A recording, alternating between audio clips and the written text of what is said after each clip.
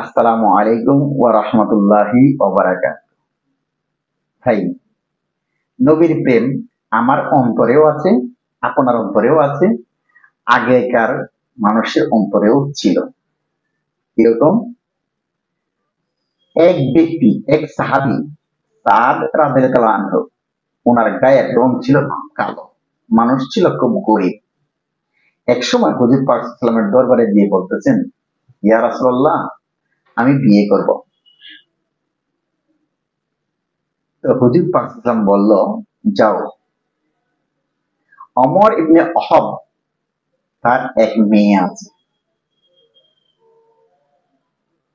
যাই বলো আমি পাঠিয়েছি, তার মেয়েকে বিয়ে করে নিয়ে আসো।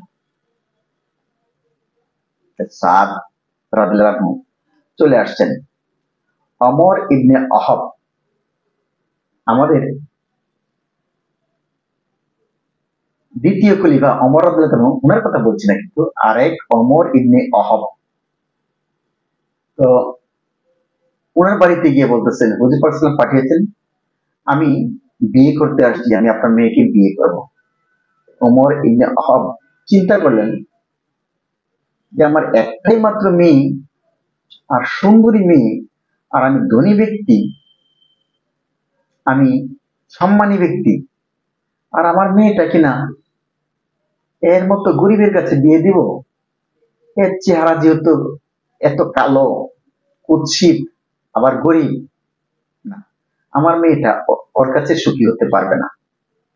ওই চিন্তা, মেয়ের চিন্তা করে, মেয়ের সুখ শান্তির দিকে চিন্তা করে নাকচ করে দিলেন, প্রস্তাব প্রত্যাখ্যান করে দিলেন।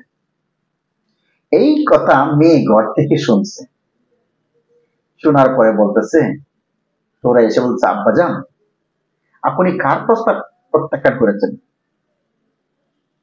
হুজুর পাক সাল্লাল্লাহু আলাইহি ওয়াসাল্লাম পাঠিয়েছে আপনার কাছে, হোক সে কালো, হোক সে গরিব, হুজুর পাক সাল্লাল্লাহু আলাইহি ওয়াসাল্লাম যেহেতু পাঠিয়েছেন, আমি রাজি।